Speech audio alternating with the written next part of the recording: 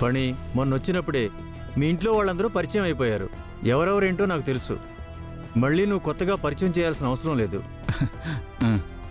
మనం చేసుకోవాల్సిన MOU ఏదో త్వరగా చేసుకుంటే నాకు వేరే పనులు కూడా ఉన్నాయి. అలాగే సార్.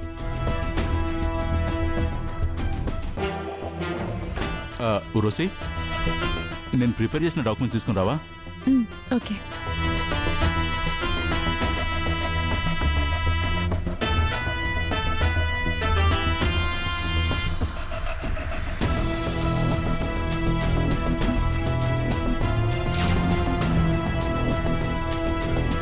అమ్మా త్రిపుర, ఈరోజు మీరందరూ ఏకాభిప్రాయానికి వచ్చినట్టే కదా?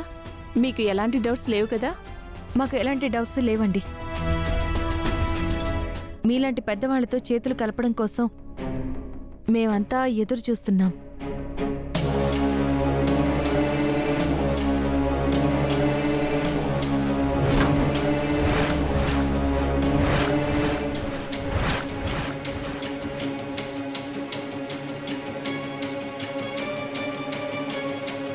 ఫణి, నీ మీద నాకు నమ్మకం ఉందయ్యా. నువ్వు ఏ పనైనా పర్ఫెక్ట్గా చేస్తావని నేను నమ్ముతున్నాను.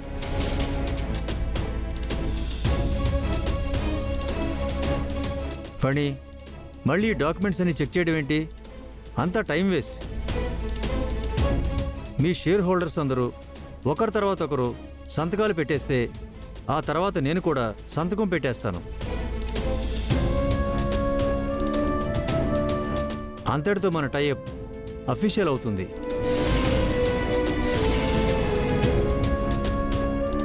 మీ కంపెనీకి మేజర్ షేర్ హోల్డర్ నేనవుతాను. మన రెండు కంపెనీలు కలిసి గ్లోబల్ లెవెల్లో టాప్ పొజిషన్లోకి వస్తాయి.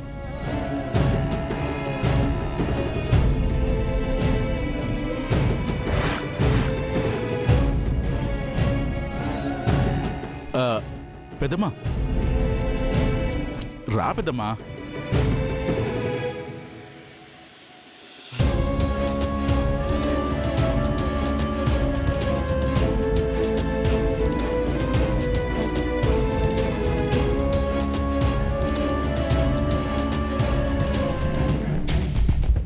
మన ఇంట్లో పెద్దదానివి నువ్వే కదా.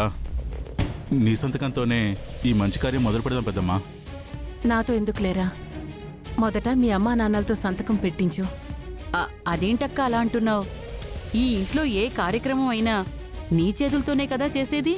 అలాగే ఈ కార్యక్రమం కూడా నీ చేతి సంతకంతో మొదలుపెట్టు. అవునోదినా, మీ అస్తవాసి మంచిది.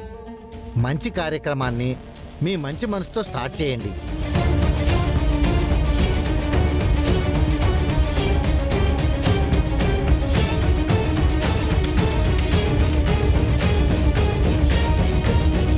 పెద్దమ్మా, ఇదిగో పెన్ను, సంతకం పెట్టండి. ఈ టైఅప్ కరెక్ట్ కాదని నా మనసు చెప్తోంది. కానీ అత్తయ్య గారి మాట వల్ల నేను కాదనలేకపోతున్నాను.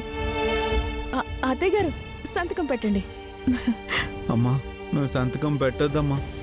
వీళ్ళందరూ ఫ్రాడ్ పీపుల్స్ అమ్మా.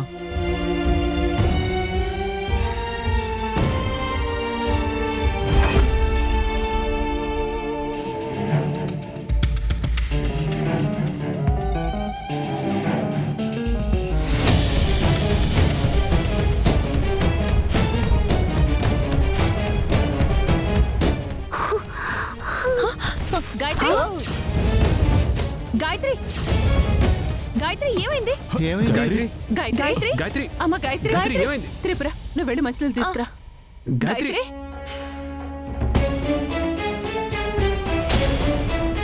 లేమ్మా, లే. ఏమైందమ్మా? గాయత్రి,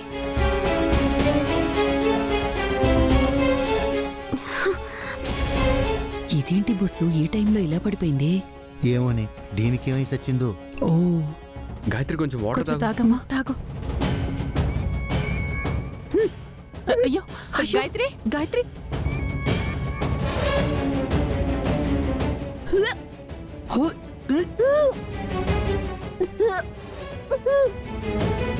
అమ్మ గాయత్రి, గాయత్రి,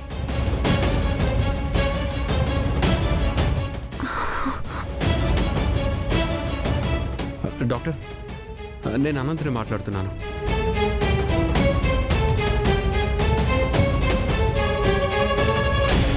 మీకింకా అర్థం కాలేదా? తను నెల తప్పినట్టుంది.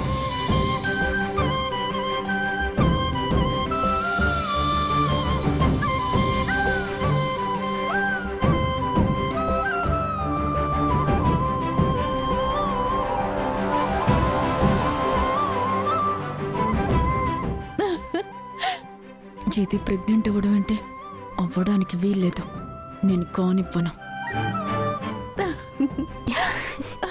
అమ్మ గాయత్రి, అప్పుడెప్పుడో నీ విషయంలో దేవుడు అన్యాయం చేసినా మళ్ళీ నీకు న్యాయం చేయటం కోసం మళ్ళీ నువ్వు నీళ్ళోసుకునేలా చేశాడేమో.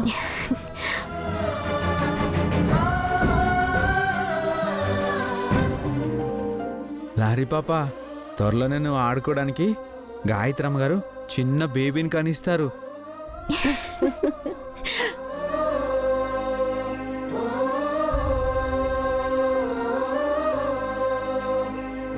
ఆ పెద్దయిన మాటలు నిజమయ్యేలాగా నాకనిపిస్తున్నాయి గాయత్రి. సంతకం పెట్టే టైంలో ఈ గాయత్రికి ఇలా అవడమేంటో. వీళ్ళందరూ చేయాల్సిన సంతకాలు మానేసి ఈ గాయత్రి చుట్టూ కూర్చున్నారు. ఇప్పుడు వీళ్ళని నేను ఫోర్స్ చేస్తే మళ్ళీ అనుమానం రావచ్చు.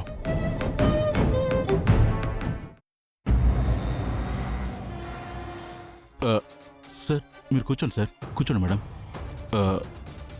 సార్, ఏమనుకోవద్దు, కొంచెం లేట్ అవుతుంది. పర్లేదులే ఫణి. ఆ డాక్టర్ ఏదో త్వరగా వచ్చి మీ వాళ్ళ గుడ్ న్యూస్ చెప్తే ఆ తర్వాత అందరితో సంతకాలు తీసుకుని మనం 2 గుడ్ న్యూస్లు అనౌన్స్ చేద్దాం.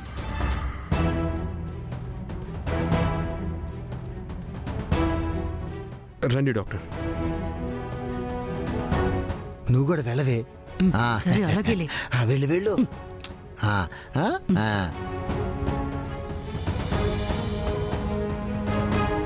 డాక్టర్ గారు, నా చెల్లెలు ఉన్నట్టుండి స్పృహ తప్పి పడిపోయి వాంతి చేసుకుంది. గాయత్రి నెలతప్పు ఉంటుందేమోనని మేము అనుకుంటున్నాం. ఒక్కసారి మీరు చెక్ చేసి మాకు చెప్తే మేము చాలా హ్యాపీగా ఫీల్ అవుతాం. సరే అండి.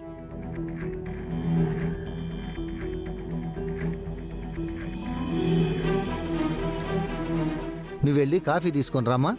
అలాగే. వెళ్ళు రోసే. ఆ, ఆ. కూర్చోనా అన్న?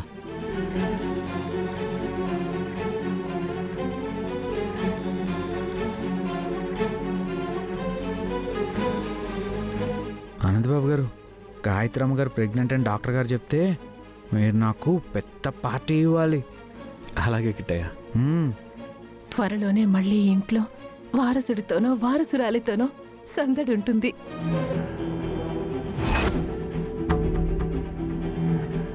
సారీ అండి. సారీ ఎందుకు డాక్టర్?